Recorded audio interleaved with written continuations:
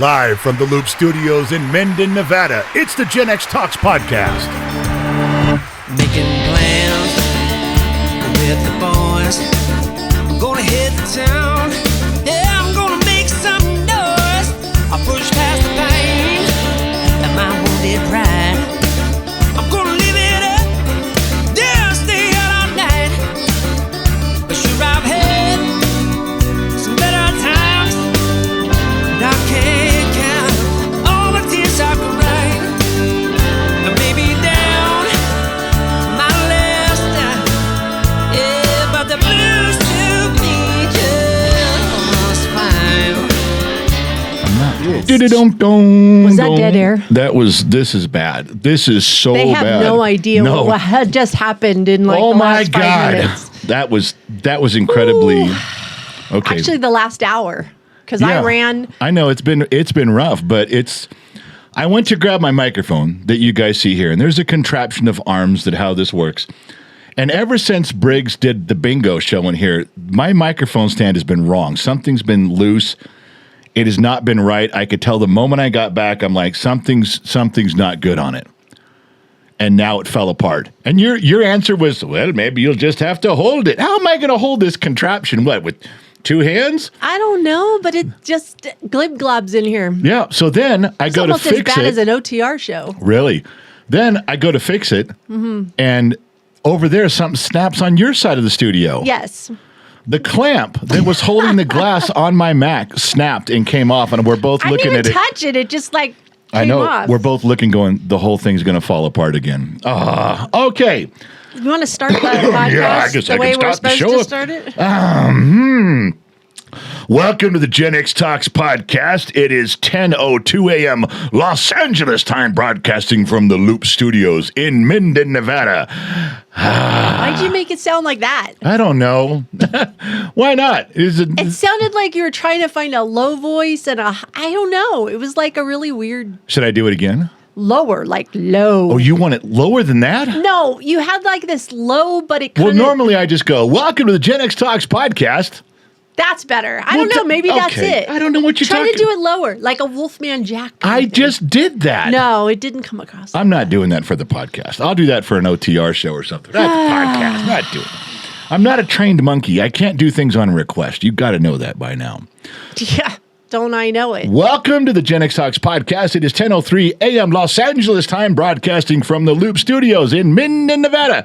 I'm sitting across the studio from my current wife, and things are looking rosy. Now, are we recording? Did you Let's just see. say Rosie? Yeah, it's cheery. Rosy? It's an old term. What do you care? Rosy. I said rosy. Showing your age, man. All right. It looks like the pod track is moving up and down. For lack of a better terminology, Streamlabs is moving side to side.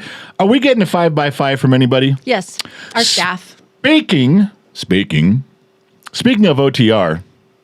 Uh-oh. Yeah, we didn't do it last night. No. And I'll tell you first I'm trying to talk to Shiloh about, hey, this isn't coming together. Who's Shiloh? Shiloh Ferguson, our producer, the OTR producer. Off the Record is produced by Shiloh Ferguson. There you go. And I'm having a serious moment with her, texting. I'm going, hey, look, the guest couldn't make, which she knows. She was the one who told me she was scrambling for people. I was kind of scrambling for people. And we did have a few options, but it just didn't feel right. And so I'm telling her, I don't know that we should do it. We got a few minutes before the show. And I think she was drunk. I think she was drinking. Her answers are, just go for it. You'll be fine. Everything's good. And I'm like, so I keep repeating, I'm not feeling it. Something's not right. talk. Yeah, I'm trying to get her to be serious for a second. And then she dialed in. Then she's like, okay, I get, but I think in the beginning she was just being goofy, like, kind of like how you do it. Like, you'll be fine. Go ahead. Just do it. Everything's going to work. Wing it. It'll work out. Yeah, because you guys just say that. I know. You blurt out one sentence and then I have to perform for an hour. Well, it's true. I mean, I get it that there are just some days you just don't have. It's hard.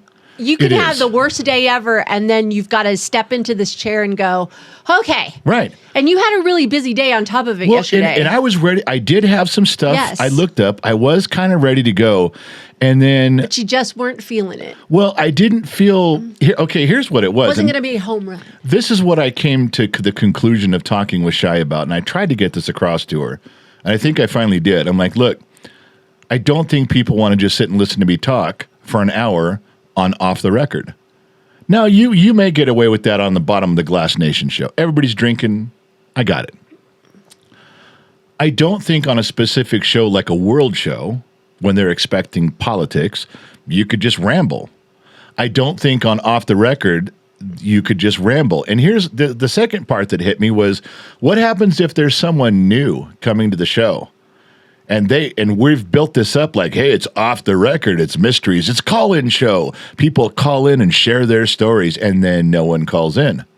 And there's not really a story. People are going to go, well, that was dumb. I'm glad I tuned in for that. I'm not going to go back again. Or what if I have a couple of those shows where you guys go, just talk, it'll be fine. And people go back through our playlist. They think, wow, that was a really good OTR show. I'm going to go back through the playlist and listen to all the OTR shows. And 3 of them are dead.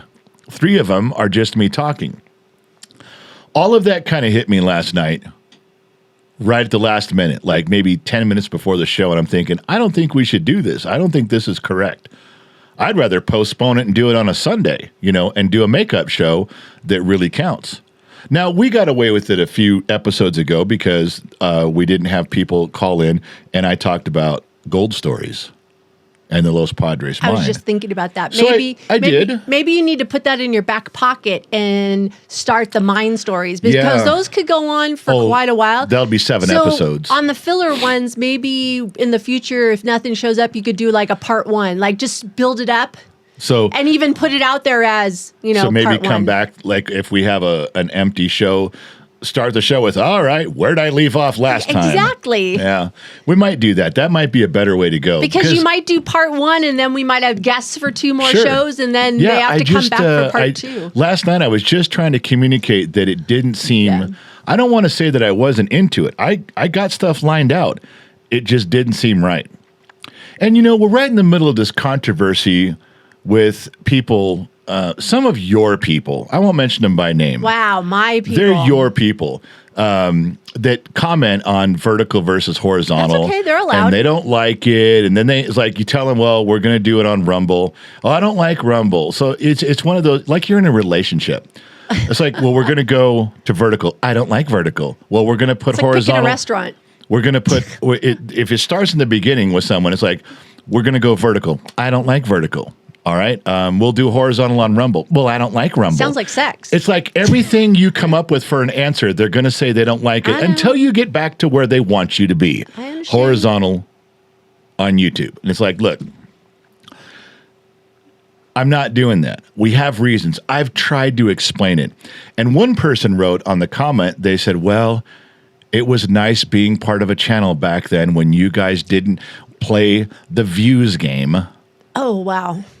And I want to grab this motherfucker by the throat and go, how would you like me to figure out which broadcast goes out to more people? Should I go outside and count a bag of potatoes in my front yard? Should I go out to my backyard and see how many goldfish are swimming in my pool? Will either one of those things tell me how many people watch the show? No! I got to look at the views to see how many people stop by. And no matter what you say, you can't get through to dumb motherfuckers that they're like, well, I'd like it to keep things the way they are. Oh, what's the famous one? I don't even know who said it. I can't remember who said it. But I'm channeling my inner Mrs. Forwatton. They're not allowed to use because that. Because Mrs. Forwatton, she didn't like vertical either. You know what? Mrs. Forwatton didn't like vertical, and I kept shows horizontal. She was my friend. She was my confidant. We talked on the phone almost daily. And she donated pieces to the studio, an air conditioner. She bought you chairs. She really was plugged in. So as soon as you motherfuckers start donating chairs. Be a sponsor. Be a sponsor. Then you can have some say. Otherwise, shut the fuck up and let the adults worry about how this is going to go. Quit channeling your inner Mrs. Four. She would not tolerate that for a second out of you fuckers. So I'm standing up for her on her behalf. We have quite a few in the KGXT Studios Discord channel that are saying, do what's good for the channel. I'm just here's what it comes down to. Speaking of doing what's good, it's simple. This is not complicated. Now, I can show you guys all sorts of charts and graphs and stuff, but here's what it comes down to. We only have a certain number of people that watch the show horizontal. I'd like to expand that to thousands and at least expose them to it. Right. At least let them know it's out there. They don't even know we exist. They don't even know we're doing these shows. But if you put it vertical, if you broadcast it vertical, thousands and thousands and thousands more at least get the chance to see it. That's it. Yeah. The other thing is you guys don't understand is behind the scenes as a creator, we get updates and stuff about creating. And a lot of the platforms are pushing for vertical. Yep. They want you to do vertical. They want to go to that side of the system is to go vertical. So it's not just our decision. It's the companies that we deal with that want us to do vertical. They're trying to reach out to as many people as possible too. So anyways. Well, so here's the deal. All the people that go, I can't believe you're selling out. I can't believe you're going vertical. I can't believe you're doing it for views. Those people simply want us to stay small and not let other people see it. They're saying, this is what they're saying. I like the little hometown group I'm part of, and I don't want others to even see your show. I don't want them to know we exist. I don't want them to see it. I choose me over them. You want to keep it small, or do you want to let everybody have a shot at it? And people go, no, I want to keep it small. Well, we're not. So we've provided a place for you guys. Rumble is horizontal. If you don't like it, if it looks funny, if it does, I can't help you. I can only do so much. Then you can just listen to audio. That's right. Just put your headphones in and shut up. Just listen to the audio part. And here's the other part. I hate going vertical. I hate it. Because it is very difficult for me. I can't show pictures vertical. That is almost impossible for me to do a bottom of the glass show vertical where I bring in pictures. Not many people do it anyways with pictures. I can't. You noticed. No, I can't. Well, all those things about Florida, all the news stories we make fun of and talk about, there just isn't room on a screen to do a bottom of the glass show, your camera, my camera, and then pictures. And if you show a picture, it covers up the chat. Then people bitch. Well, I can't see the chat. I can't read the chat. You know, our whole lives, our parents told you you're not going to be able to please everybody. That's just not going to happen. So, you know what? Our channel, our rules. If you don't like it, fuck off. I'm doing the best I can. I really have a hard time. Last week we went and did a bottom of the glass show. I went on Streamlabs and OBS. And on Streamlabs, I went vertical, horizontal. On OBS, I went vertical, horizontal. I would have had to put a picture in 4 places and align it 4 times. And the more... And I just can't. You can't... Remember the drag and drop section of the program? Right. Would you guys be patient while I was dragging and dropping one picture into 4 places, lining it up so people could see it? Then I got to go back and click it to turn it off. It's not... I hate vertical. But that's where people get to know what we're doing. That's how people know what's going on. We're reaching people people right now, they watch a vertical stream and go, holy shit, I didn't know you guys did live streams. We've been doing it for 5 years. Oh, I'm sorry. The reason you didn't know is because there's people that won't let us show you. That's why. Yeah, it's frustrating. But the other thing is they don't realize how much it takes to set that up, a live stream to go. And the more we offer horizontal and vertical, you are dragging down the possibility of streaming. There becomes a buffering problem. Oh yeah, you can definitely complicate. It'll drag it down. Yeah, your equipment and gear. Now, thankfully, we bought this Mac Studio, which has solved tons of our problems. But you never know. No, you don't. Not when we start having to do both. You just got to be careful. So it's a big thing. But it's funny, Danny H is the Discord overlord where most people complain. And I've gone through and I've seen some of Danny's explanations. He's such a diplomat. He's such a politician. Danny H is like, well, guys, okay, look, yeah. He kind of sounds like Tom Cruise. Robert Downey Jr. He sounds like Robert Downey Jr. when he wants to say something, because Robert Downey Jr. always agrees with you at first and then tells you what he wants. When he says, would you be in this movie? Reverse psychology. Robert Downey Jr. says, oh, yeah, sure. Like, I'll be in your movie. Good. Yeah, that's what I'm going to do. Going to go to the movie. But now here's the deal. Robert Downey. So that's Danny. Danny's in Discord going, I understand your point of view. I get horizontal. I get vertical. I see where you're coming from. I sympathize with you. I get it. I understand. I've listened. I've read. I got it. But you need to understand. And he's very diplomatic about it. You know who's not so diplomatic anymore? Shiloh. That girl is like... She comes across. She's my spirit animal when I want to be really tough. She was so friendly.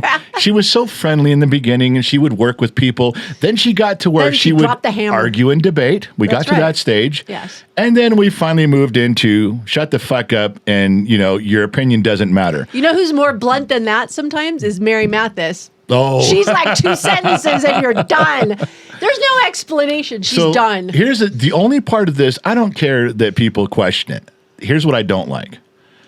When I get done with a show and staff has told me that people were actually complaining about vertical during the stream in the comments. Oh, yeah. What kind of fucking idiot, what kind of person who says they love GenXtalks would actually go to a live stream and complain about you already know we're doing it. I'm not going to shut it off during the show. And other people are going to read it. Other people are going to read this, you dipshits. You're putting it in the comment section during a live stream? I finally, after the third one, I said, what are you guys doing? And Shiloh goes, Danny and I are just giving them timeouts. Fuck them. They're not getting the message. That's what's going to happen. We've told our moderators that if the complaining continues during the live streams, we're just going to woodshed you.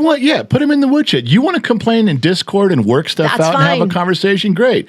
But during the show, and then you pretend that you're a supporter of GenXtalks when you're trying to kick us in the balls during a show? Fuck off. All right. So I don't know, but that's our soapbox. I like having that bookend of Danny H on one end being the politician, and I like Shiloh coming in and going, just tell that motherfucker to go. Some of that is so funny to just, I don't know. I think like Danny's reaching his wit's end though. He's getting close. He is getting close. He's gonna start slamming the hammer. Yeah. So anyway. So last weekend. Yeah. We don't talk much about this daughter. No. This daughter went to a bachelorette party. This is the daughter who's married to the Marine who was in Pendleton and is now in Nebraska. Right. Is married, has 2 kids, our grandkids. She got to have a girls' weekend away for a bachelorette party for one of her really good friends in Vegas. In Las Vegas. So she went. She was super excited to go. Like, she was really excited to just, when you're a mom of kids, you just want to let loose and just go, it's still there. Plus, this particular daughter really enjoys letting loose. Yeah, she does. And her friends are the same. Yeah. So she went to Vegas. And then we have a family group thread. And she posted on there that she got a tattoo. Yeah. While she was in Vegas. She's so How dumb. many of those things have happened in the past where you're like, ooh, that's a bad idea? Yeah. And I told her, she texted me first before she even put it in the family thread. She goes, Dad, I got a tattoo. I'm like, are you drunk? No, I'm not drunk. Were you drunk when you got the tattoo? Well, a little bit, but it's okay. All right. It wasn't a bad tattoo, and it wasn't in a bad place. It was on her wrist, and she could show me. I'm like, well, then show me what you got, since it's not on her boob or her butt or something. Just show me what you got. And she goes, I really did a good thing. You're going to be proud of me. I said, okay, well, I'm good with that. I'm hoping it was going to say, I love my dad, but it wasn't. My dad rules. My dad rules, yeah. It wasn't. She says, I got the first initial, one letter, of my husband's name. Because, Dad, we've been married 10 years, and he ain't going anywhere. Now, I sat for a second on the phone with her, and I went, you want to make sure he's committed to this marriage and not going anywhere? Yes. Wouldn't he put your name on his body? Wouldn't he have your name on his shoulder? And that proves he's never leaving you? She goes, I don't understand. I said, okay, look, when I get Mom's name tattooed on me, I show her, you've caught me. I'm not leaving. I'm not going anywhere. I put your name on me. You're inked. I'm inked. You're branded. I'm ready. I said, you putting your initial on him means you're not going anywhere. It means you're saying, I love you and I'm not leaving. Well, she kind of, She didn't put his name per No, se. she put his one letter. She put an initial. So if things fall apart, she's just a little more. Her little dating pool has gone down to the one initial, which is an M. It's a letter M. Yes. It's a letter M, like as in Michael, Mark, or Milford. But now she's got to find a guy with an M. But that's not really saying I'm staying with you forever. That means I'll always be dating a guy named M. And I said, you need to get, she goes, well, that's what I meant. I go, then you need to go home and say, you're not going anywhere, honey. I put your initial on me. And she goes, I liked it better when I thought I was capturing him. Then I go, you got to put his. You got to get him to do it. And you know what? He's a Marine, and I don't even think he has a tattoo. And I thought Marines did that. Or is that an old school thing? Lots of Marines. I want to know how you'd know if he has a tattoo. I said, I don't think he has one. Well, I've never seen it on his arm, on the skin that I see. Here it comes. Anyways, I on the family thread went and said, M. Oh, thank you so much for putting M for mom. For mom, I saw that. On your arm or your wrist. And that was so sweet. She posts a picture of her with an M on her wrist and a K on her girlfriend got a K on her wrist. And you know what I texted her? I said, I know you were drunk when you got those. Did you get the right letter on the right arm? And she goes, oh my God. She had to think for a second. She goes, no, I got an M on mine. I'm okay. She had to think for a second. Oh my goodness. Did they put the right letter on the right person? Oh, for God's sake. That means she was more than a little drunk. Yeah, she was hammered. That was lying. Which they're not supposed to do. They're not supposed to give you tattoos if you're drunk. That's kind of a rule, but I don't know. They clearly all her dogs weren't barking, or she wouldn't have done it that way, and then told me how proud she was that she's keeping her man by, oh, God. And you know what? Our son, the Northern California son, got a tattoo a week ago or two. Yeah, right. And it's funny. I said, well, welcome to the tattoo family, because almost all our kids have one. I think so. Pretty close. Pretty close. Briggs hasn't. Briggs does it. not. But I mean, most of our kids are all getting tattoos and stuff, and it's funny. I'm like, welcome to the tattoo family. You know what's funny is that our son in Northern California, he got one. Do you remember what the tattoo was? Black Sabbath? Yeah, a dragon kind of related to Black. Yeah, but it looks like Sparrow the dragon, the purple dragon from the video game in the late Pokemon.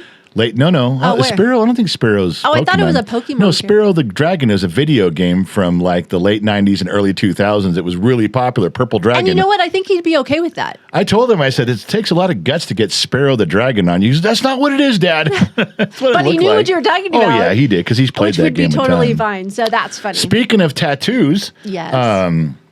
Salty Tattooed Mama is a very, very well-known influencer on social media, and she has upped her game this last year. The stuff she does now is so insightful. Is it political? Mostly, yes. Mostly all political. Oh, okay. And she's so spot on. And she uses sarcasm to make fun of people. Like, I can't believe you're this stupid here. Look at this. And she's so great. And now she's added graphics to it. She didn't used to use a lot of graphics before. And she's found a way. I want to ask her how she does it because it's so perfect. Cool. But she is just amazing. And she's agreed to be on the program. She's agreed to do an interview with GenXtalks. And then she's just had some very tough... She's had some tough things hit her family, some medical things with relatives. And she's texted me. We've texted back and forth. I'm not going to push her at all. I mean, this may take months before she has time to come up to breathe. That's okay. And I feel for her because now she may have to relocate her family to fix some stuff. But she's that type of person that she would do that. She would travel. She would go. She would do what was needed. She seems to be, and I don't know her as well as I'd like to, but she seems wonderful. Well, but that's coming. Here. We'll be here. But you know what interview we did do? The Dad Bod Veteran, and now it's out. For anybody who's members, it's out on Patreon. You pretty much laughed through the whole thing. We were giggling and smiling the whole time. Schoolgirls. And then like the last 25 minutes or 20 minutes, we were both laughing so hard we had to stop and wipe our eyes. I almost had to edit that part out because it was dead air. No, because it's funny. We weren't talking. We were laughing so hard. It's funny. That we couldn't stop. And I don't know if the professor, Nick, is listening in, but Dad Bod Veteran flat out at the end says, no one's going to be as funny as me. You want to get the professor on?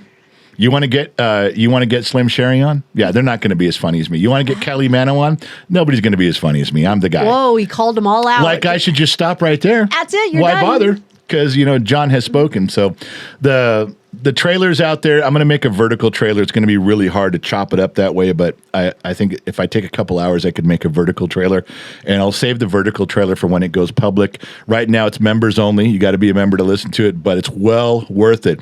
And Dr. McDreamy yesterday dropped an emoji on our chat that just floored me.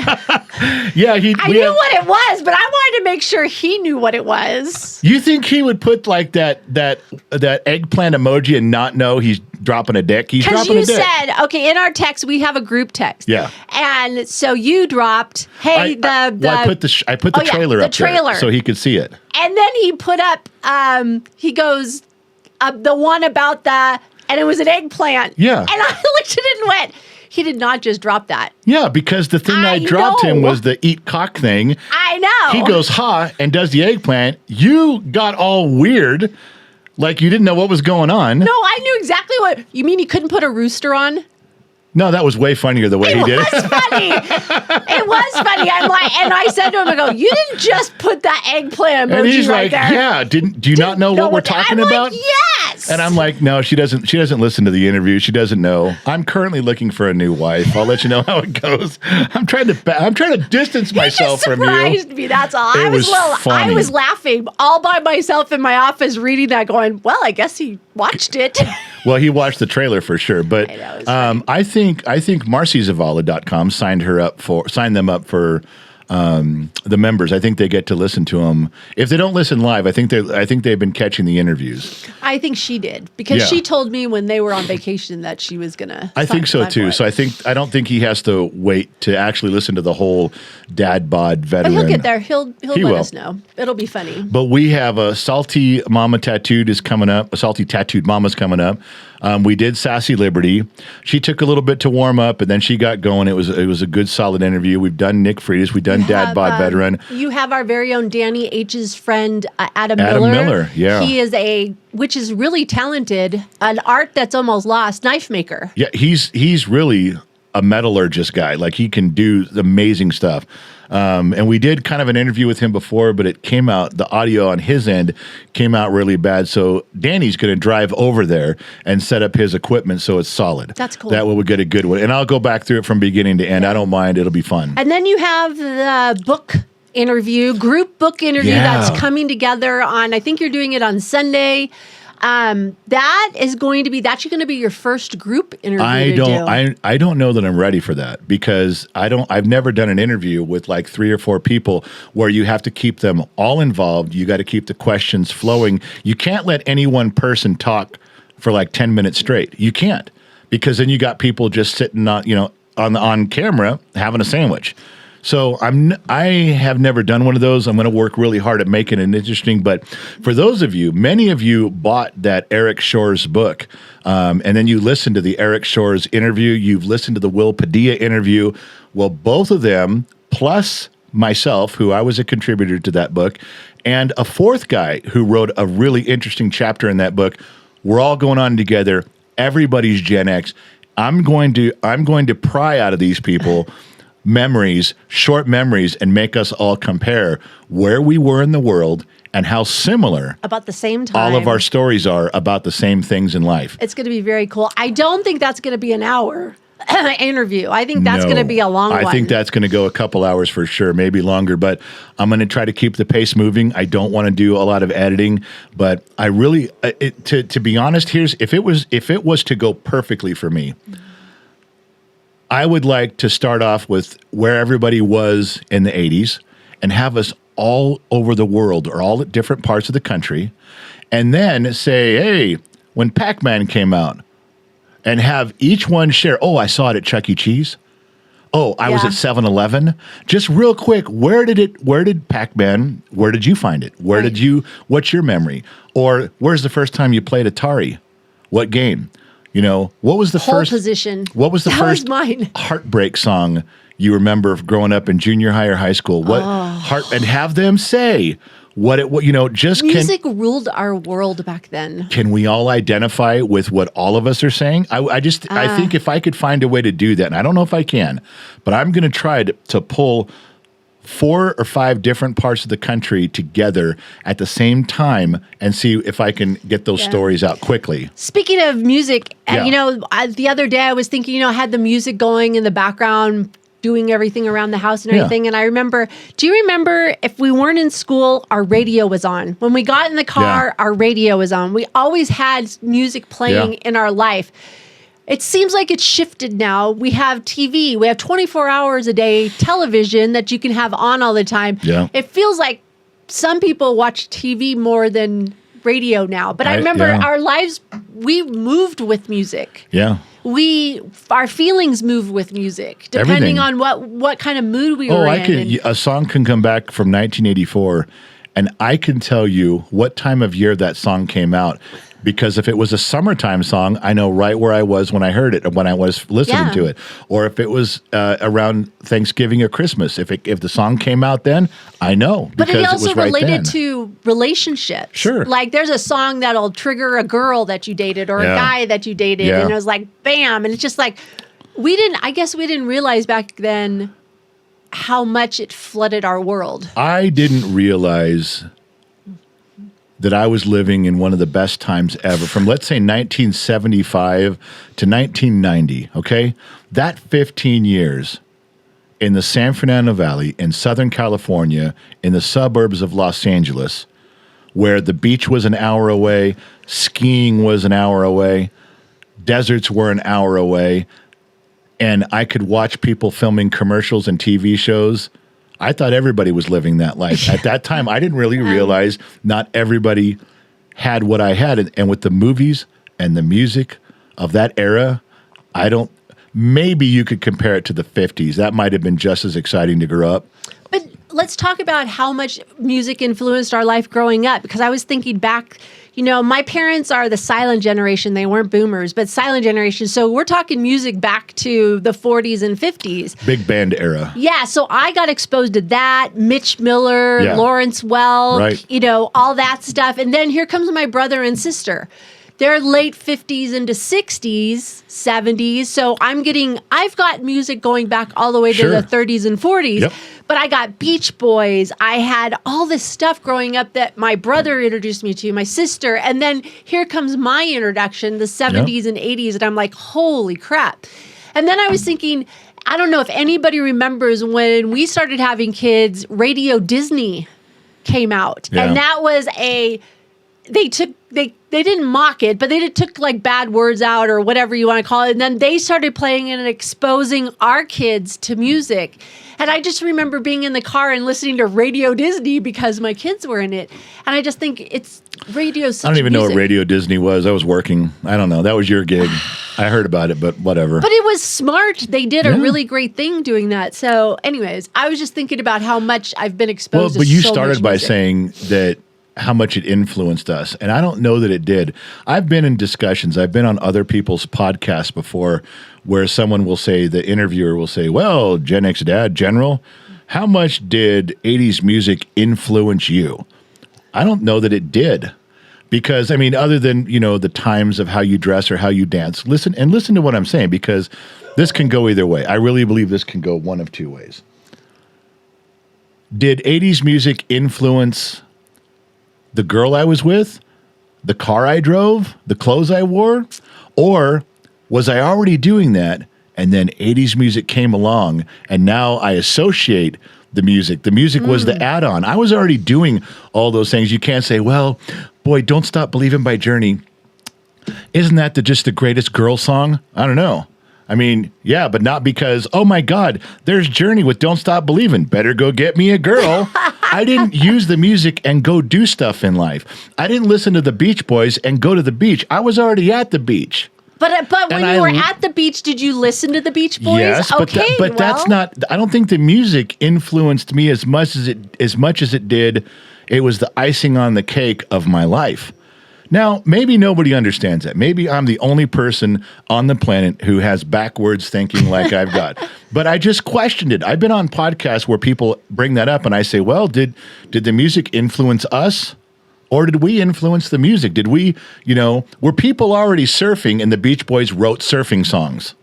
Well, or did the Beach Boys sing about surfing and someone said, oh shit, what's a surfboard? I better go get one. Yes, it kind of was. If you it? ask my brother, I think the Beach Boys influenced him to go surfing. I really do. But surfing was already there. Yeah, but it kind of was like, ooh, I want to go try this. It may ramp up something, but it was there, but I'm just saying that's the thing with 80s music for me. Yeah. I associate it with moments and emotions and things that I was already having, some deep, dark time in my life in 1979. And then this song comes along, from Led Zeppelin. And I'm like, oh, man, I get that. It didn't influence my life. I was already there. Well, I know of music that influenced my life was the dance music. Like the techno kind of stuff that we're doing. I made that exception in the beginning. I said dancing in some clothing. And that got me to go to Hollywood and go to the dance scene. And I was going to the dance clubs. Yeah. And that became a regular weekend thing. Like after high school, like 1920, it was like we worked all week. It was like, oh, we're going to the dance. We're going dancing. 1920? I mean, in my 19s and when I was 19 and 20. Oh, you said like in 1920 and I go. No, when I was 19 and 20, after working or going to school all week, it was like, we're going dancing. And that music was everywhere. How many hours total do you think you spent dancing in front of a mirror growing up? Oh my gosh. With my microphone, my pretend microphone? Yep. Hours. Just hours? Days. Like thousands. Days. I was going to be a rock star. Yeah, well, that didn't work. I was going to be in the Go-Go's. So, I was going to tell you something about Amazon. I didn't bring this up to you before, but I went to see in your typical fashion where you drop the ball as Gen X mom. By the way, you're about ready to get fired. Why? Because you don't do anything I tell you to do. It's just like being married. I thought being married to you, okay. You don't do anything I tell you to do. I can't boss you around. I got it. We're married. But in the world of Gen X Talks, I thought, okay, but in this area, she's going to follow what I say. No, you don't. Things get, I go, did you do this? No. Did you get to that? No. How about this? No. Not a chance. So yesterday I called you and said, we have to have something for the garage show. Let's figure this out right now because we're only days away. If we have to order something, we got to do it now. You didn't even do anything. Nope. I was so busy. What am I supposed? Busy? You can't be busy. Go do what You stop what you're doing. cannot drop something to decide on garage show. That should have been decided on a week ago. But it wasn't. I'm deep diving in a project right now. It doesn't matter. You can stop what you're doing, handle this, and then go back to what you're doing. I can't jump into your brain. Lots of women do that. Lots of secretaries do that. They'll pause what they're doing. They handle the stuff right now. Then they go back to what. To be your I don't pay you anything. Well, that's why you got nothing. There it is. You got exactly what you paid for. I tried to go onto Amazon and save the garage show. Oh, here we go. I tried to go on there and find. You have two project cars. We can't. I know, but it's not as easy. Oh, here it is. We can't. We have a pretty big day Friday. When are we going to have time to drag them up there and set this up? On this Friday, we need something quick and in your hands. You want me to start dragging things around the projects? Okay, then show up over at the Foxhole Studios with me at 6 a.m, and then we'll do it. Drop them over on GenXtalks. KGXT Studios Discord says, I want to watch you and the Fox build a Johnny Five toy. That'd be good. That'd be really good. But getting back to my point about shaming my wife. Oh, go ahead. So you don't do it. You drop the ball. So I try to find something to do for the show so we can actually have a show.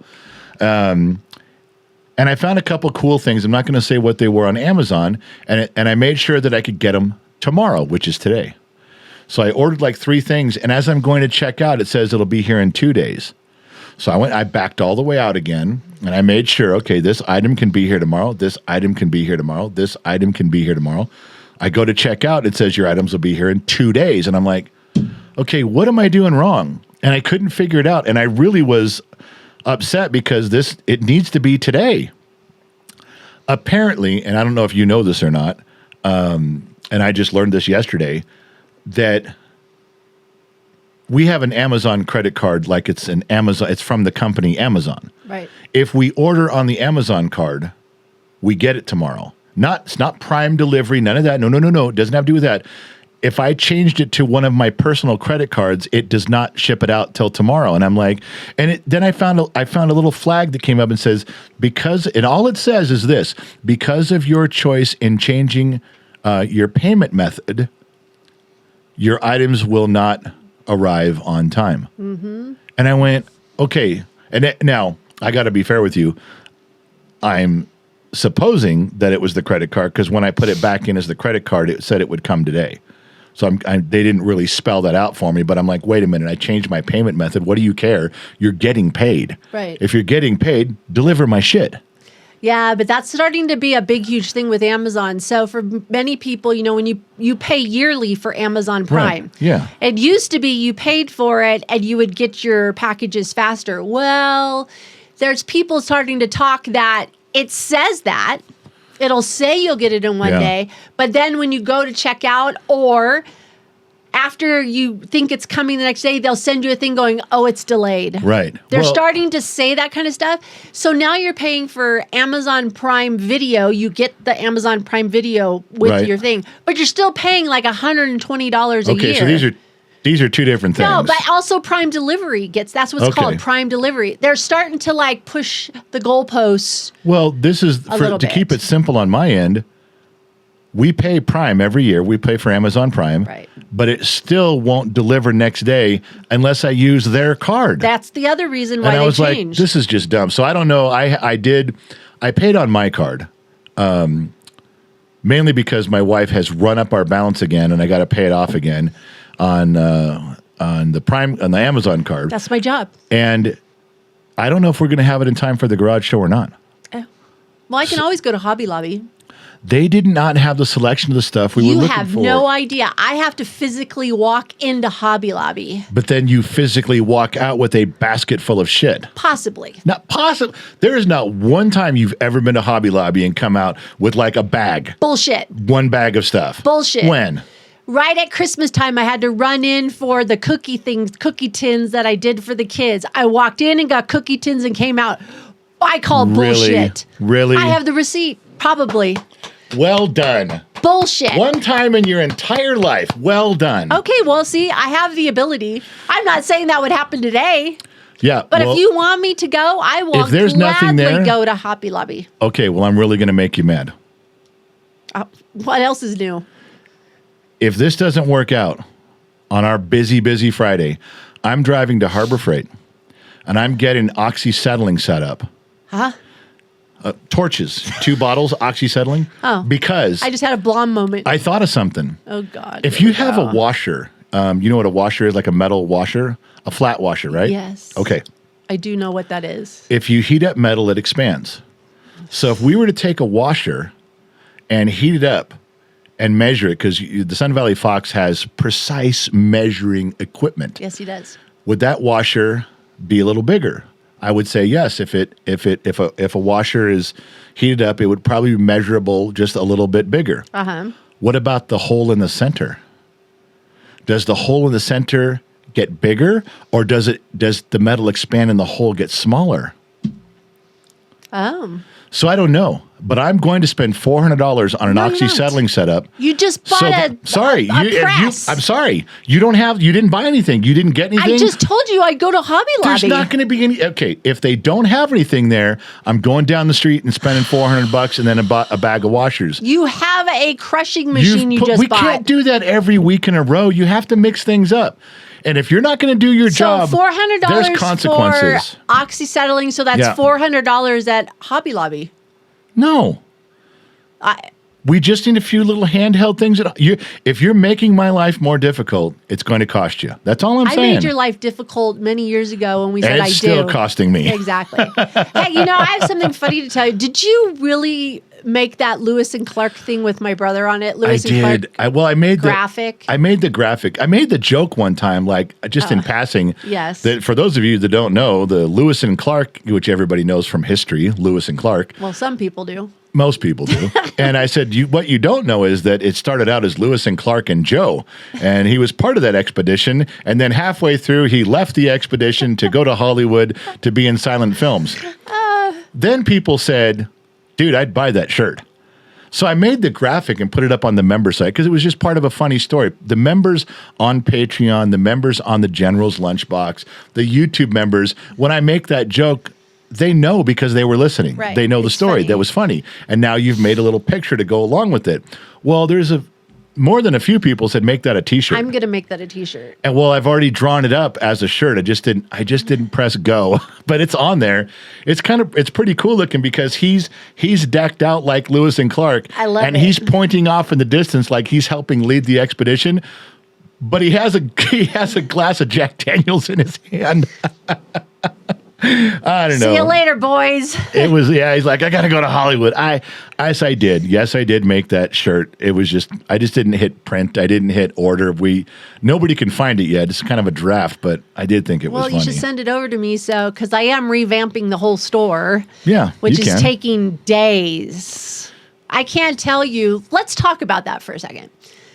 The spelling errors. What about it? There's so many. Oh, come on. There's not The that many. description of the items, it's unbelievable. I'm like going through this going, I don't write the description. Yeah, that's why. Printify writes the description. It's bad. Whatever.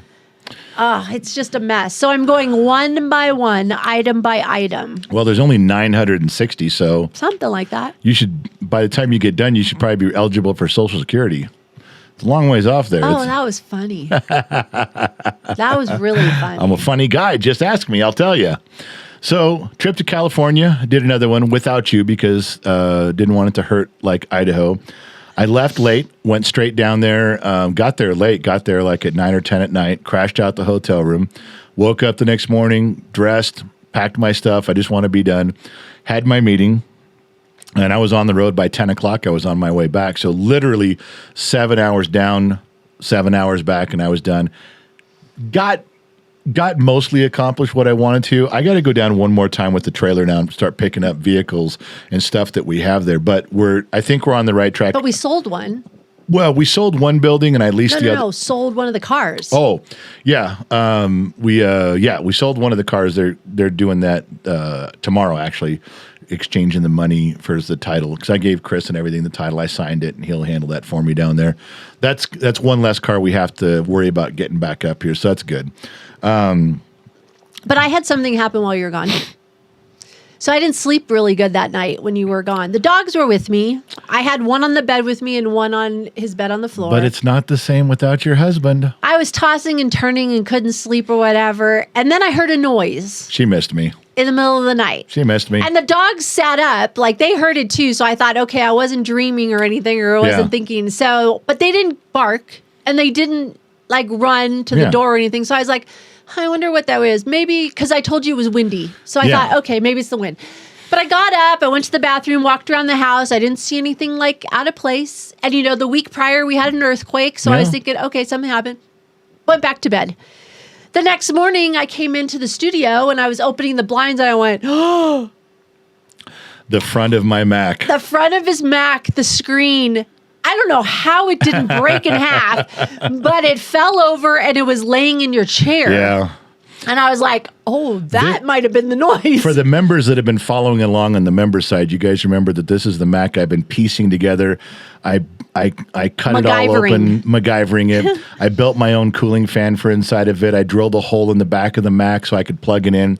It's been working, but apparently the glue that was holding the monitor and the screen on finally got gooey, heated up, let loose, and the whole thing fell over. I can't put it back together anymore, but right now I have C-clamps holding I got clamps holding the screen to the housing of the Mac. I'm still using it. It still works. I plugged it all back in, so oh my gosh. I'm figuring it out. But right now, clamps are holding my Mac together even as we speak. So, yeah, that's part of the thing that fell off this morning. Yeah, that happened. So going around on my trip, I'm not shitting you. I clocked this.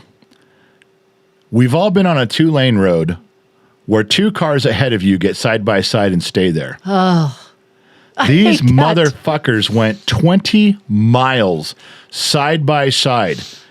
People honking for miles, and they will not move. They did not move with each other, and they just kept driving forever. It's the most bullshit thing ever. I will say, though, that I I've driven a couple times down to California and back on turnaround trips without you, and I've really noticed how much I'm enjoying the 395, and everybody hates the 395. It's boring, it's desolate. You know what? After you get above, you go above the Mojave on the 395 split, and you start going north of there past Red Rock, where that Red Rock Canyon and river is. I don't think I've ever, all the drives I've taken, I don't think I've ever really appreciated the mountains and the peaks that I'm looking at it going, oh my God. Even when I used to go up there with my buddies and we'd go camping back in the 80s, I wasn't looking at the mountains until we got there.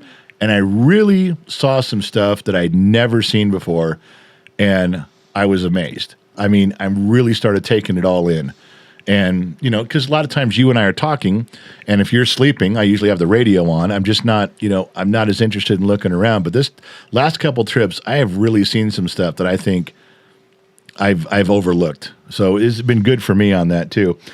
One thing that was dumb, and I didn't even tell you this. I told you to write this down as a note, but I wouldn't tell you the story. Okay. So along the way, you got to stop, get gas, grab some beef jerky and some water, go to the bathroom. So I stopped at the Pilot. I think it's the Pilot in Tehachapi. Got gas, big bathroom, go in there, and trying to go to the bathroom, and my phone is in my back pocket, and it starts ringing. And it keeps ringing. And it keeps ringing. And finally, some dude's like, you going to answer that? I'm like, no, I'm taking a leak right now. I'm not grabbing from my back pocket. I got my Johnson in one hand. Well, we crossed the barrier of discussing things. Yeah, don't talk to me when I'm taking a piss, man. That's guy rules. Wow. You don't do that. And I'm holding my Johnson in one hand. I'm holding my pants in the other hand. I'm not letting go of either one to answer the phone. So, but now I'm drawing attention to myself because whoever it is keeps calling back. I get done and I turn around, but by now everyone knows who I am. So this one guy is just having a fit in the bathroom. He's smiling. He's talking. He's asking if we can get pictures because of GenXtalks. Oh. And I'm like, dude, not in the bathroom. Just wait. Let me clean up. Let me wash my hands. He goes, no, man, we got to do this right now. I'm like, dude. Not in the bathroom. Don't. And then it wasn't just him. It was his buddy. They wanted pictures. Gosh. Here, put your arm around me in the bathroom and let's take, I'm like, I got to say. Cross the boundaries. I don't know that I have public pictures of me in a bathroom until now. Now I do. Because of two very ambitious young gentlemen that decided we weren't missing that moment. And yeah, so Boy, we had. Do they have a story to tell? Well, I'm hoping some of their friends go, dude, why'd you take his picture in the bathroom? They might sell it to TMZ at this point. Why didn't you go outside? Just wait till he walks out of the bathroom, you know, buy the sodas or the beer, whatever's in the cabinet there. Do the pictures out there. Why fucking hammer me in here? And it was the phone is what attracted everybody towards my direction because the phone wouldn't stop ringing. Otherwise, I don't think anybody would have paid attention. Should have shut that thing off. So I went to take a shower this morning, and there were some very, very disturbing pictures. All right. I thought it's been quite a while. I thought we were over this. Okay. I have been working on something off and on for a couple of weeks. Oh, no. And I've been erasing it. Well, But this one I had to leave improvement. up there because I had to go get my phone and take the pictures of the shower door because this thing I finally figured out what I wanted to do. And you know what else? I jinxed it because I put brand new soap in the shower. Brand new bar of soap is like a brand new pen on bright white paper. Okay, now I need you to follow me on this. Well, I'll try. So you know in Star Trek they have transporters. Yes. They can transport you from the ship down to the planet. Yes. They can actually transport you room to room inside the ship if they really want to. But transporter is key. Now I'm thinking about transporters, and they're pretty big. Like they have even on Star Trek, they call it a transporter room. You know, they're not small. But it will be, because look at drones. Drone is a drone is a drone is a drone until you get into CIA. And the CIA has like flies and mosquitoes that are drones. And they can take pictures. And then they're super small. I'm like, okay. So if the CIA could build a transporter and make it super small. Now, they don't even, listen, I know you're looking at me with some skepticism here. They don't even have to make a transporter as small as a fly, they don't have to do that. They can make it the size of a quarter or a $50. But remember, the job of a transporter is to transport something from one place to the next. Are you with me? Yes. Good. Glad you're coming along. Now, you have a transporter mounted to your butthole. What? You have a transporter Oh my God. mounted to your butthole. Here we're going 12. Listen, this is important. Okay. And the other part of the transporter is in your toilet. Oh my God. So no matter where you are, you could poop and it just goes right into your toilet. Oh It my transports God. it. Now, if you even put the transporter, the sending part, a little bit further in your butthole, you wouldn't even have to wipe. There'd be nothing to wipe, nothing on the cheeks. I can't even believe we're having this discussion. I can't. There's moments wait, you know transporters aren't real, right? Well, not yet. They're going to be. It's going to work. So you'll be walking in Home Depot and people are going to be stopping and just freezing because they have to do that. They're in the moment of taking a shit. I haven't thought about what they're going to be. Maybe you can go off into a corner for something. Then go to the bathroom. Well, you don't have to. Oh my God, I can't. I'm just saying that I know they're not real, but you could put a patent on things that aren't real. Wankel, Oh my God. Wankel designed the rotary engine and got a patent on it, and he never built one. Oh, my head hurts. So if Wankel can design a rotary engine and get a patent on it, I should be able to draw out the poop transporter or the poop porter. See? The poop porter and have a patent on it. And when the CIA makes a transporter really small, I've got the patent. Have you really thought this through? Now you can make an immaculate conception now too. What? You can get girls pregnant with a transporter. Well, if they have a transporter pointing at their hoo-ha, I mean, you'd have to want to do that. There might be. Well, that's just okay. Listen, if you're just going to get silly with the applications, okay. If you're going to go stupid I have a seriously good invention. Wow. If you want to start throwing out dumb things, go right ahead. All right, let me appeal to the mom side of you. Oh, here we go. You could have someone take a transporter in their hand, about as big as a softball, since we can make them small, go to a store and buy stuff and throw it through the transporter, and it appears right on your table. You can put everything away right then. Don't have to lug it to the car. Just buy it, boom, boom, boom, boom, boom, transport it right to your kitchen, and it's all right there ready to go. Yeah, see?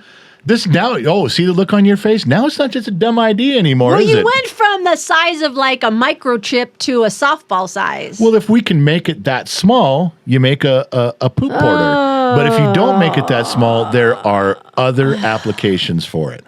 Yeah, tons. Good God. I don't know why. Why do you look at me like I'm an idiot when this is moments of brilliance? You ought to be thankful because one day someone's going to go, oh my gosh, Gen X mom, were you actually there when he came up with that idea? And you're going to proudly say, yes. Yes, I was. No, I'm not. Yes, you are. No, All right. I'm not. Whatever. All right, let's just get it out here right now. What? Go ahead. Tell everyone why you're mad about all the weeds in Dayton on the property. Because every one of you is against me. Everyone. What are you talking about? Okay, I went out there the other day for something, and I told you that there was like half an inch tall of green over the entire property. The tumbleweeds are coming back. I saw it. Okay. Yes, I was there. So then I called Sun Valley Fox and say, hey, man, I'm going to have to buy a weed thing, a sprayer, a big one like you tow behind your truck. I'm going to have to get out there and do this, and I want to get on it right now. You know what he says? We talked about this a little bit on the air. He's like, well, the county may have an abatement program, and you could just call them. I'm like, I don't got time to do this. Could you call them? Why don't you get my sister to do it? I'm like, she's not going to do it. There's no way she's ever going to do it. She doesn't do things unless she wants to. And he's like, yeah, so I can't hear you anymore. Goodbye. So he doesn't call. I tell you, you don't call. You put it off to Mary Mathis. She actually calls, but then she does the clever thing of, well, I'm going to wait for the county to call me back. Oh my gosh. Oh my God. She 5 called days and go by. called. Yeah, and 5 days go by. They finally say, no, we don't have that program. Go back to the Sun Valley Fox, say, hey, thanks a lot. Now there is no program. Oh, I guess you better go buy one. Yeah, but now it's been like 12 days. You know how tall the weeds are? And I have to do things in order because as I'm looking at these pull behind sprayers, they have a hitch, but they don't hook up to the truck. No. They hook up to an ATV or a tractor. I'm like, I don't have an ATV or a tractor. Yes, you got to buy one. So Sun Valley Fox goes, I got an ATV, you can use it. But if you fill up... And we've been here a year and did not know that even existed. So if you fill up the sprayer and put it in the back of your truck and take it out there, you're not going to get the whole property done. Where can you fill up the sprayer again? We don't have water out on the property yet. What, take it all the way back into town? So now I have to go and find a tote, a water tote. I have to buy a water tote, put it in the trailer, then go buy all the things you need for the sprayer at Tractor Supply or Home Depot, put that in my big trailer, go buy all the chemicals, put that in the trailer, go find the dye so you know where you've put the dye in so you know where you've sprayed and where you haven't sprayed, put that in the trailer. Then I got to go back to the foxhole and put the ATV in the trailer, fill up all the water totes. But then you can't move the water from the tote to the sprayer because they're at the same level. So you need some sort of a pump. So I get a pump. And I left yesterday morning really early. I do all this stuff. And everyone's shaking their head like, what good's it going to do now? The weeds are like 4 feet tall. Yeah, thanks to everybody else putting me off. I should have just done it myself, not listened to anybody, gone and just bought the things, and it would already be done by now. Now I have to try to convince Hello from Rob, hey, man, what are you doing on Sunday? Because we're going to need an extra set of hands, and I got to get your narrow ass out there, got to get the Sun Valley Fox and his Geritol ass out there with the ATV so we can try to do all this stuff with you filming it all for content on Sunday. You can't do it on Sunday. Why not? The Sun Valley Fox's birthday Sunday. He's not working on his birthday. All day?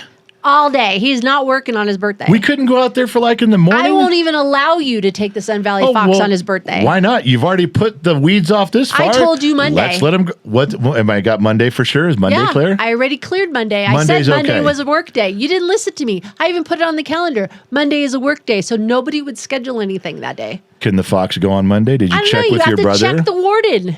Check with his warden? I don't know if she'll let him out.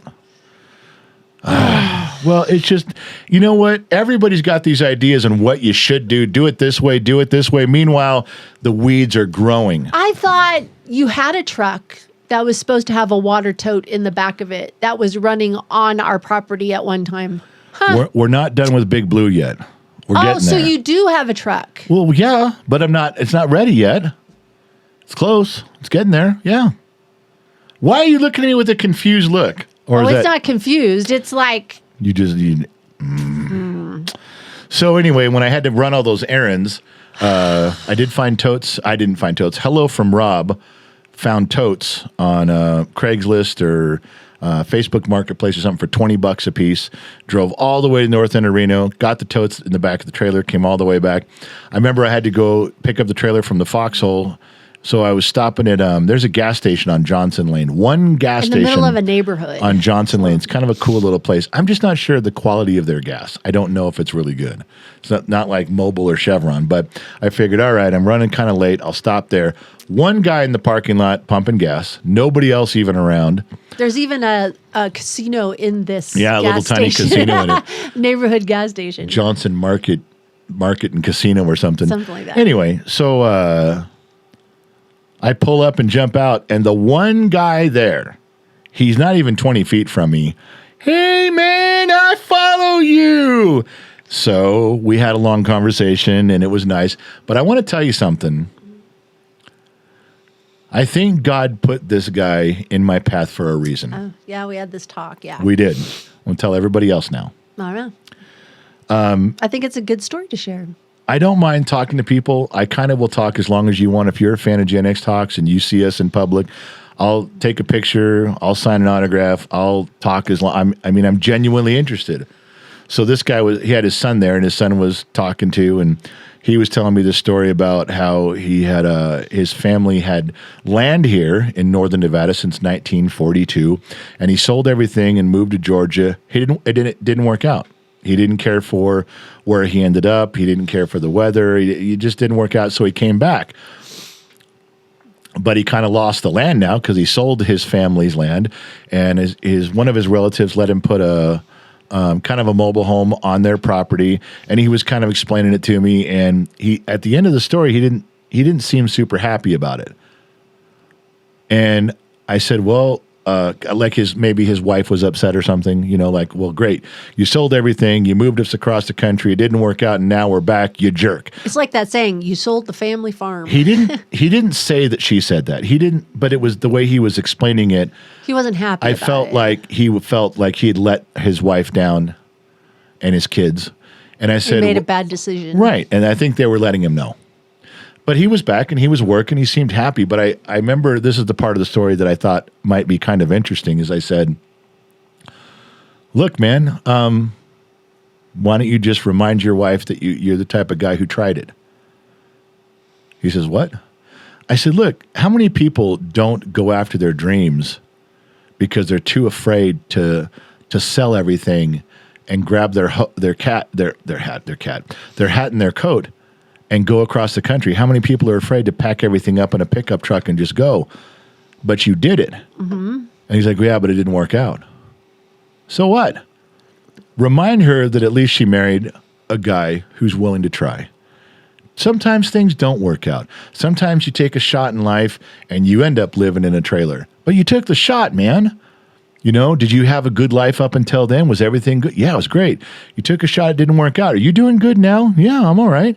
I'm doing handyman repairs and having a good time. I said, then so what?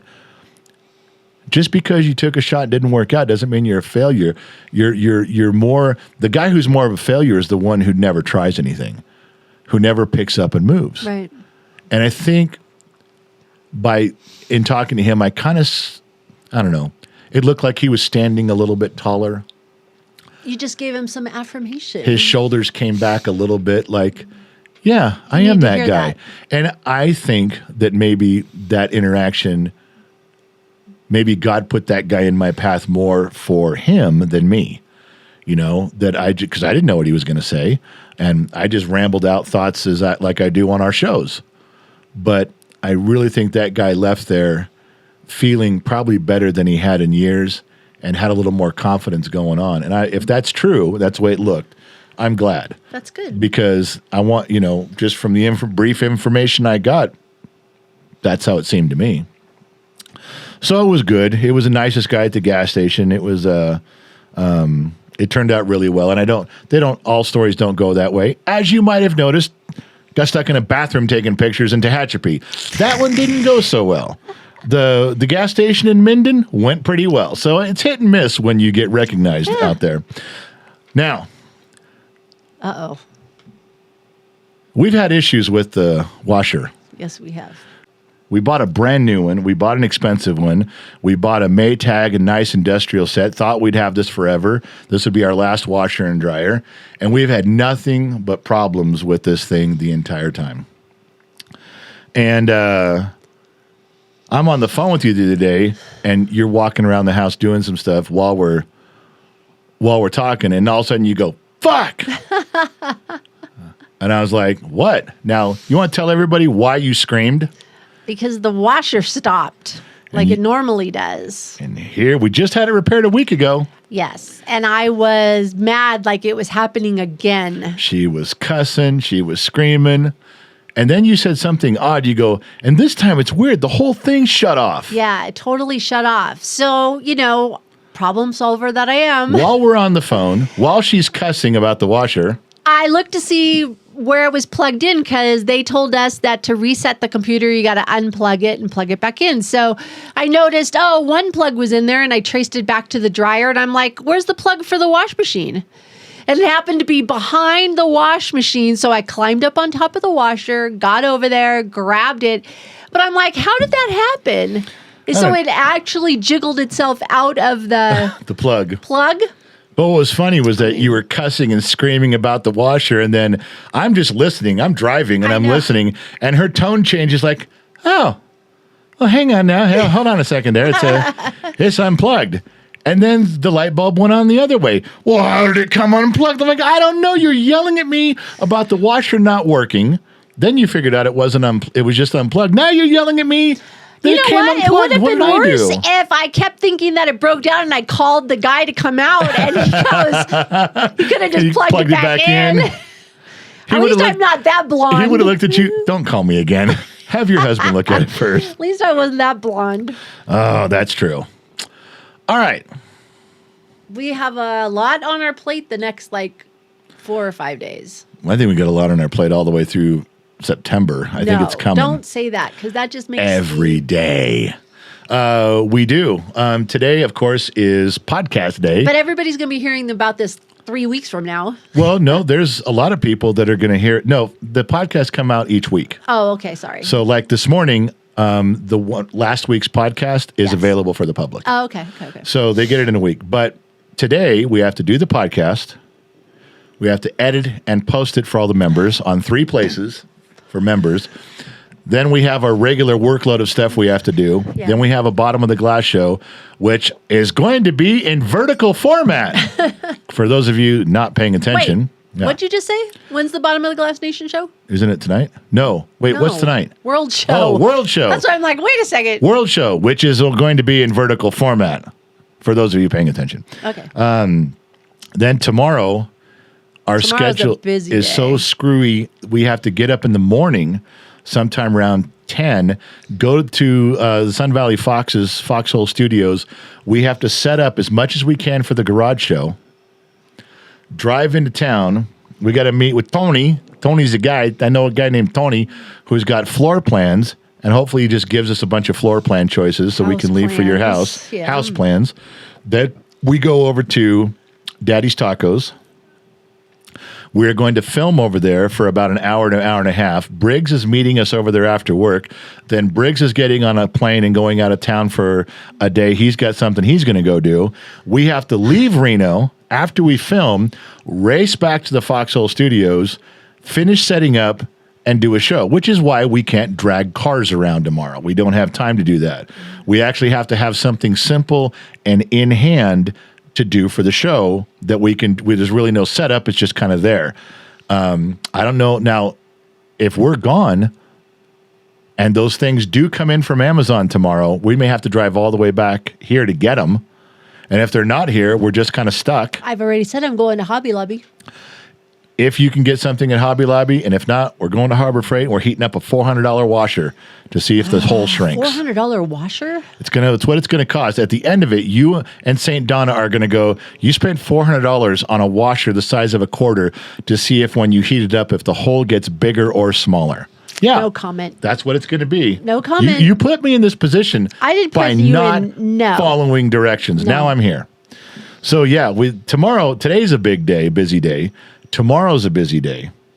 And then what's on Saturday? Oh. We have to go visit the independent nation Malaysia. of Malaysia. Looks like Ben Matlock. Never lost a case. Little Miss Hot and Nerdy and myself and you are going to a country that is not part of the United States. But it's in Dayton, Nevada. It's in Dayton, Nevada, and we are going to go take the tour. We got the press pass. You had to apply for a press pass. Media visa to enter their country. And then we'll see by how it goes, filming and doing stuff inside of there. If we want to do an interview as a community connection interview, which will be good for the community connection section of things. Yes. Speaking of that, Little Miss Hot and Nerdy is back in the fold. She's no longer doing taxes for people. So now she's getting back on her GenXtalks list, and she should be. Ruiz Cigars, that old man who was rolling cigars in Guatemala and made his way to America. And Scott. What's Scott's last name? Scotty from Glory Cloud Coffee. I don't remember his last. I always just know him as Scott and Darla. Scott Coleman has his own podcast. He is a weightlifting competition bodybuilder, weightlifter, pastor, with his own church. Slash coffee roaster. Slash coffee roaster. So we're going to interview him on all his stuff outside of coffee, not related to coffee. That's going to be on the Community Connection. So that's and anybody coming out in the summer will get to meet Scott. Yep, probably dressed up as Batman. I wouldn't doubt it. That's his favorite next thing. one. Slash Batman. He is Batman. So yeah. How is Virginia City deal coming along with the ghost hunters or ghost things or? Well, mixed in with all the car shows that Hello Rob and I are trying to get his Firebird into, which we haven't. We're doing car shows in Northern Nevada too. Over the next 4 months. We got the Virginia City thing, which is supposed to be hometown ghost stories coming out and doing an overnight with all of their gear and equipment. Well, you guys already know the story of what happened when I went up there. I drove up to Virginia City and I knocked on 2 doors and I very quietly put my tail between my legs and went away because they were not happy about people coming up there wanting to do ghost hunting stuff. Shiloh Ferguson, our producer of OTR, she has begun calling and trying to find out the rules and lay the groundwork.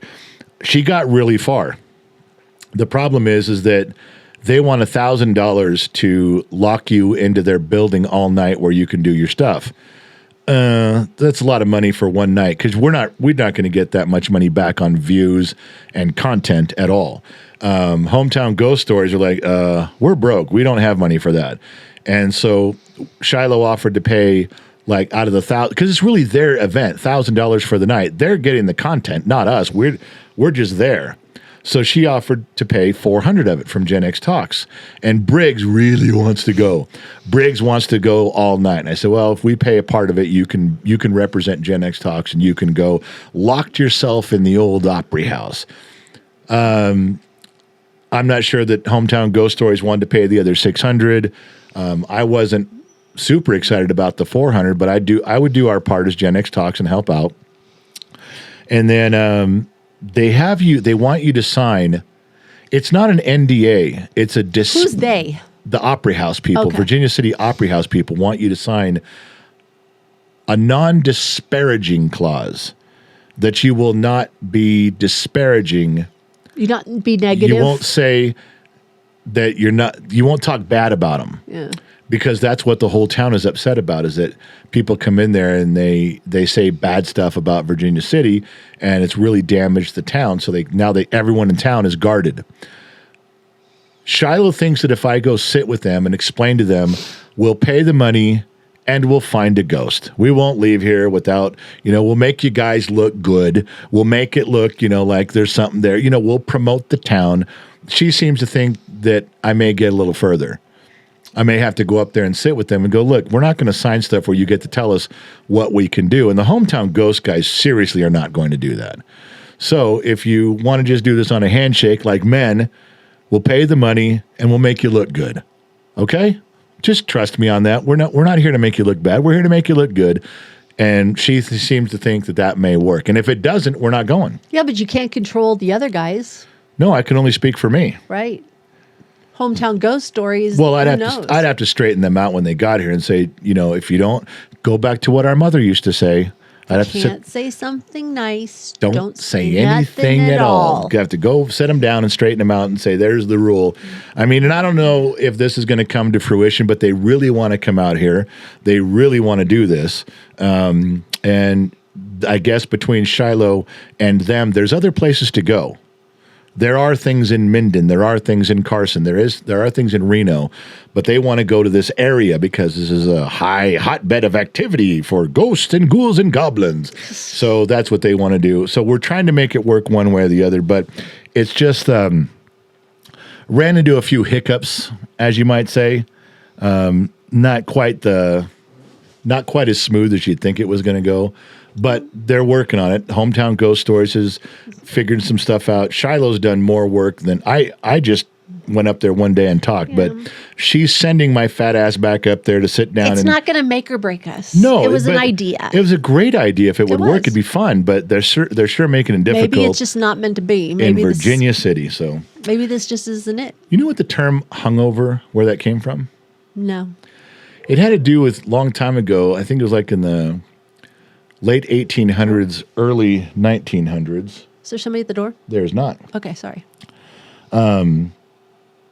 bar owners and policemen, if you were so drunk you couldn't stand, outside the bars they had a rope tied at each end, and they'd slump you over the rope, and you'd hang on this rope. And they're like, just stand there, hang onto the rope, because there's nothing to hang on to when you're drunk. That was the term. You hang over the rope when you're drunk. The bar owners and the police would put you on this rope and put your arms over it or whatever and say, all right, here, steady yourself, hang onto this rope. And you're hung over. He's hung over. You're hung over the rope. Yeah. Oh, my gosh. You didn't know that, did you? Interesting stuff comes when you listen to the Gen X Talks podcast. I'm telling you. Can I give you, we've been on it feels like a long time. I don't know. But anyways, can I give you a little news story that maybe get you... Am I supposed to comment on it? Yeah. Yeah, we're supposed to do that every week. Give a little blurb. Yes, go ahead. This one might ruffle your feathers a little bit. All right, go. Just be calm. I'm calm. Be calm about it. Calmer than you are, dude. Did you see the 7-foot tall Toyota robot I did. that was shooting basketballs? Yeah, they did it like at halftime in some show in Japan or From something. far away too. Like, it was pretty accurate. Yeah, I don't think he missed one that I saw. And this robot can shoot free throws like 100 out of 100. See, that's the key word, free throws. Well, yeah, but the thing was like 7 feet tall, very agile. I think it had a special ball. It was the same size as a basketball. It was a special ball. But he made them. So, do you think a team of robots could beat like some NBA players? No. I don't think so either. And I'll tell you why. If you made robots, let's say you made robots that were super agile, which they're not yet. No, they're not. They're just not fluid. No, they just had one that ran a half marathon and beat a human by like 7 minutes. The rope broke the record. And everyone's like, oh my gosh, a robot just jogged the half marathon and beat the best human record in the world. Yeah, they had like 80 robots running and one made it. The other ones all fell over. Okay, they didn't even make it to the finish line. They had problems the whole way. So they're not fluid. But even if you went back to iRobot with Will Smith, okay, and they were that fluid, they could run and jump and roll and do all. Let's just say, two things would make me still believe they could not beat an NBA All-Star team. One is we could do moves where they can't see the ball. It's not just a head fake because they'd watch the ball. But a robot, if you put the ball in front of you and the robot's behind you, he cannot see the ball. You could make an arm movement and his head would move looking for the ball. And you could, there's a lot of things you could hide in your movements as a player that would change a ton. Yeah. Also, what's the main thing? If a robot had to play, if a team of robots had to play on today's NBA rules, you're not allowed to touch anybody. You're not allowed to touch foul, foul, foul, foul, foul. You can't touch anybody.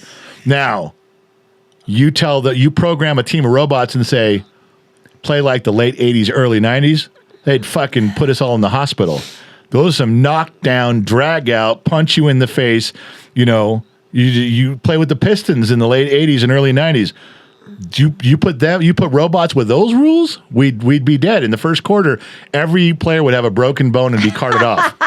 But if you play with today's rules, it's like flag football on the basketball court. Don't touch. Don't touch. Well, we'd win easily. You can't touch us. You can't even hardly guard. Don't put your hand on me when we're guarding me. So no, we'd win that. I'd say we'd win. I get it. Yeah. I get it. That's how I feel about it. But what do I know? I'm just a dumb mechanic in the middle of the desert. Something quick on Iran. How about that? Let's talk about that real quick. I know you and Cuomo. Yeah, I know Chris and I. Chris Cuomo are at opposite ends of the field right now. We're fighting about this. The truth. Is there a problem with the bromance? I don't like you anymore. I just don't like you. Are you just not calling each other right now or texting? Are you in a timeout? Here it goes. I get it. Are you taking a break in your relationship? Are you done? Can I get on with the question now? I mean, you were saying that, best friends, you guys could talk politics. He wouldn't let me on his show. I was going to scheduled to be. Wow, are we a little bitter? I was scheduled. Are you a little bitter? You remember, we drove all the way home. I know, but you sound a little bitter. We drove all the way home to be there. Sounds like a jilted lover. Just not letting me move on, are you? We drove all the way home because we had to be here at a certain time. That's right. To set up to be on his show, and you got to get your cameras and your lighting, and then their producers call you and set. And we were, what day was it? Today's Thursday. Was it Monday? No. Monday. Tuesday? No, I don't know. I was driving home Monday. Doesn't matter. Tuesday. Tuesday, I think it was. We're supposed to be on his show, and then it just didn't work out. And when I talked to Chris, he's like, and the producer, they're like, well, these other people got bumped also, and they're mad. I'm like, why would you get mad? These shows, I've been bumped before on these things. It just happens. They ask you to be on the show, and if it works out, there's enough time you're on. If it doesn't, you don't. You're on the next one. They almost overbook on purpose. Yeah, just they do. in case Someone falls through. That's okay. I didn't care, but yeah, this is something Chris and I are very much at odds on. The truth of the matter is, and this is where it comes down to, if you guys want to keep the Iranian situation very simple, very nuts and bolts, very Generation X, it's not tough. This situation has been coming my whole life. Iran has been harming the world my entire life. I don't care if Trump would have just gone over there on a Thursday afternoon and said, you know what? I've been thinking about Iran. You guys have been harming the whole world for 40 years. Fuck you. I'm coming in. No provocation, no reason, just it's time. Yeah, I would have been with that. I would have been with it. Yes, it's about time. It's been 40-some years. They needed a good ass kicking, and good. If someone had said, well, but they were unprovoked. They've been provoking me for 40 years. I would have been okay if Trump just went and did it because he felt like it. All right, that's one. The other one is, as long as we're there, I don't like prolonged wars. No one does. But we're there. Stay until we finish it now. And what is Cuomo doing right now? What is the liberal media doing? Got to have an off-ramp. Got to have a way out. We're going to pass a war. If the Democrats pass their war powers resolutions and say, pull out, get all the troops out of there, we demand that the aircraft carriers come home. Guess what the first thing they'll say when everybody's home? Well, that was a waste of time. Yeah, just what did we go over there for in the first place if you're just going to leave? Well, you're making us leave. That's right. So even Chris, that's what I tell Chris is like, you keep promoting that we should leave. But as soon as we do, you'll make fun of him for leaving. They'll always flip it. You'll make fun of him for not accomplishing anything. Well, we were trying to accomplish something, and you told everybody to go home. You got mad. So then they have to back up and, well, you shouldn't have been there. Okay, yeah, we should have. But that's how it goes. So Trump's staying.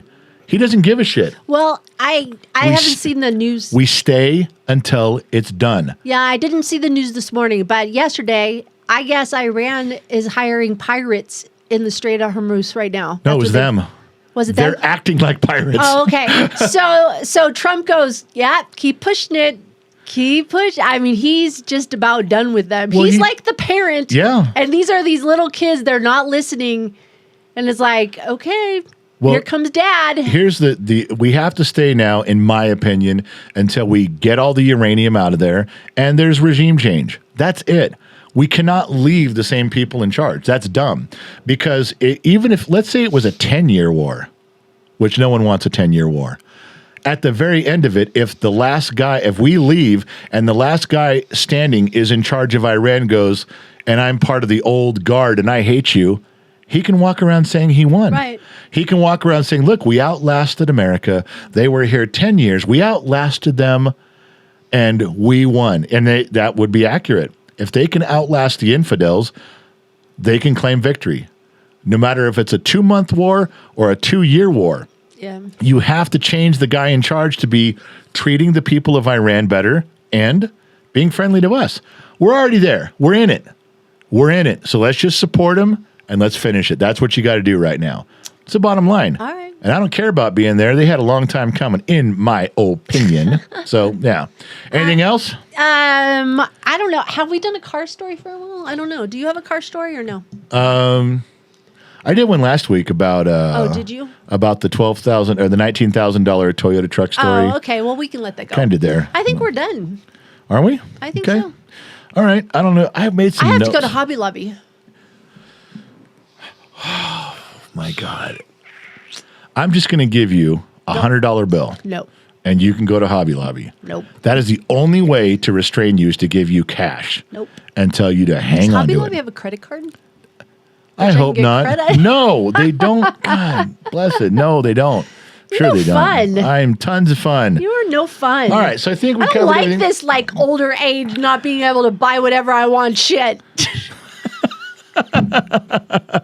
It's like still having your dad around, right? Yes. Dad, give me your credit card. I thought things were I'm gonna different. give you $10. You're not getting a credit card. You get $10. So, all right. So it is 11:30 Los Angeles time, broadcasting from the Loop Studios in Minden, Nevada. We've been on for an hour and a half. It is Thursday, April 23rd. I think I forgot to say that. So if you're listening to this at the end of the month, you're not a member. That means you're waiting for the free folk north of the wall, as they say in Game of Thrones. You're part of the free folk. Wow. All right. So is there anything else? Are we pretty good? You got anything else to tell everybody about? I think I'm done. 7 days from now, What's 7 days from now? the next podcast. Oh, I'm like, what are we? And what day does that fall on? Oh, Yeah. dun dun dun. Boom, boom, boom. Contract negotiation Contract day negotiation day, which is 1 week. 1 week away, which what we call our anniversary. I'm bringing my lawyer, by the way. We don't celebrate an anniversary. We celebrate it by contract renewal. I kind of sit her down, let her know how she's performed this last year, give her the things that she can improve on, got to be better, yearly review.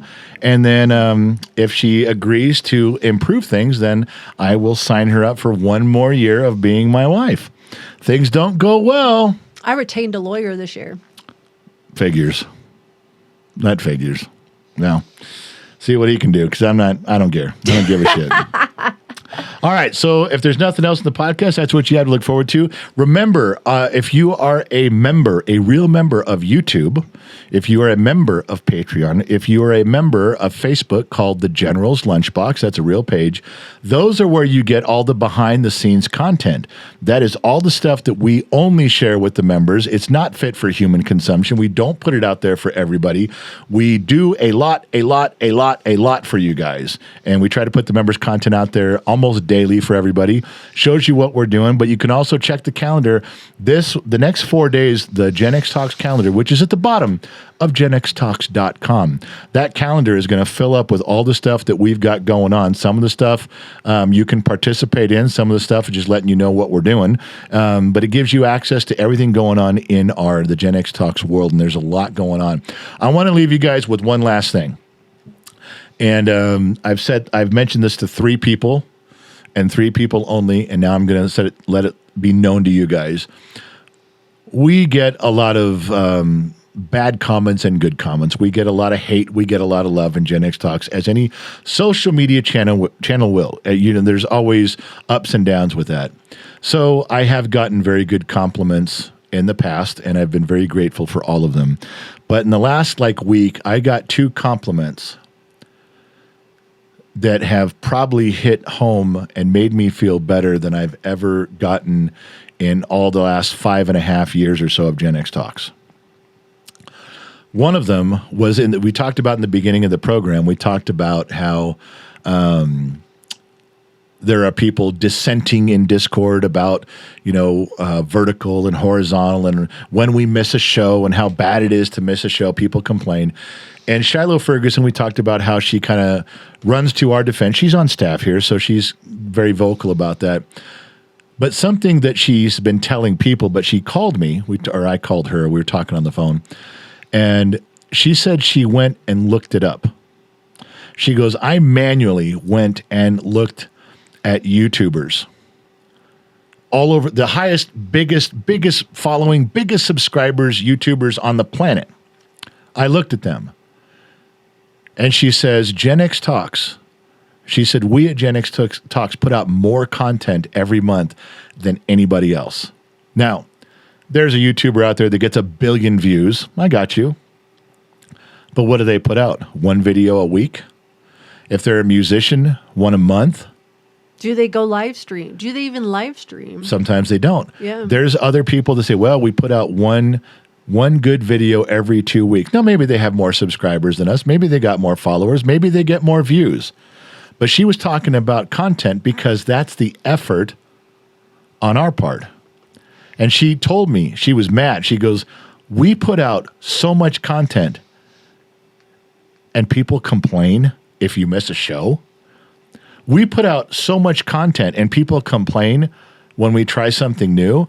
She goes, why? She asked me, she goes, why are they complaining with all the effort we put into this? She was dumbfounded that people even thought they had the right to complain when she says, in her words, by far and away, our channel on GenXtalks puts out more content. Maybe a news organization puts out more because they just run the news all the day. And so there's 24 hours worth. But setting that aside, she goes, go ahead and look, find another platform, find another channel like ours that puts out as much that we do. And ours we're not copying and pasting. Ours is all original stuff. Was a very good compliment to feel that way, for her to be standing up for us as a channel. And it's not just you and I, it's the kid, it's her, it's staff. We all put forth effort into putting out more content than anybody else in all of YouTube. We'd be at the top. And that was a good compliment because it shows how hard everyone's trying. The other compliment I got was when I was talking with Dad Bod Veteran, and he was talking about his cruise ship, and they're trying to get some extra tickets. He's like, well, before you buy a ticket, let me see, maybe I can get you a room. And my first thought was, when I was talking to Dad Bod Veteran, my first thought was, well, you probably have other creators that are more deserving, closer friends. Just let me know. We'd get our own ticket. Yeah, we could get our own ticket, but I appreciate you. He goes, well, I'm not sure that I can do a ticket for you, but you're at the top of the list. And I said, well, thanks, man. I appreciate that. I said, but you don't have to put us. And he stopped me, and this is the compliment. We're doing the Zoom call. He looks at me, he goes, dude, of course you're at the top of the list. You're GenXtalks. And it sat me, just those words, sat me back in my chair. He's like, come on, man, you're GenXtalks. Like, you count for something. It just feels so odd for us. Like it was humbling, but it was kind of like when you get a guy like that, of his caliber that says something, it really makes you feel good. You're like, yeah, man, you just got exposed, kind of thing. Like, but you want to try harder too. It makes you want to go. It's like I didn't feel awkward. Like people do see us. I didn't feel awkward. I didn't feel odd. I didn't feel inconvenienced. I really took it like, hey, man, thanks for saying that. Yeah. And then I remember thinking, I want to try harder. And it does. So I'm just telling you that of all the years we're doing this with the ups and downs, it was very, very unique to get those two compliments so close together and how they made me feel. And I was very grateful, and it made me feel like I want to do more. It actually played into the decision of not doing the OTR show because I didn't want to do something half-assed. I didn't want to just talk and have it hurt the brand in the long run. It really made me think. So I just want to leave it with those guys. You guys do give us compliments. You guys do appreciate us, and we value every minute of it. We do. We appreciate it. Thank you. But I want you guys to know that when we do hear stuff like that, it does hit me the right way. I do take it to heart, and I wanted to share that with you because two perspectives, two entirely different people, really close together, and if nothing else, it makes me want to try harder, do more. Gen X Mom, is there anything else you have on your plate? Any of your wandering nomads in the Discord server that they have something to say? Nothing? Nope, we're done there? We're done. Well, then say goodnight, Gracie. Good night, Gracie. Thank you guys for listening in. Not sure where you're chiming in from around the planet, AM, FM, Sirius XM, or perhaps you're listening in on the Armed Service Radio Network. Remember two things in life. Number one, wherever you go, there you are. Number two, I'll catch you guys on the flip side because I'm out, baby. I got to go. Bye-bye. I hate when she mocks me. It's every mock. Bye, everyone. Have a good day. Mock.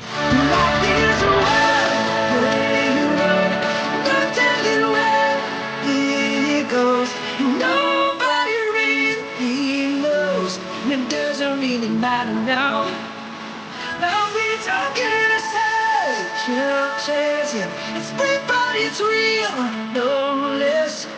Just gotta be last. That's all I wanna do is make it count.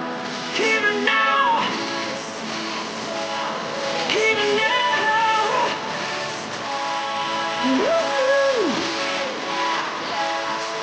Woo!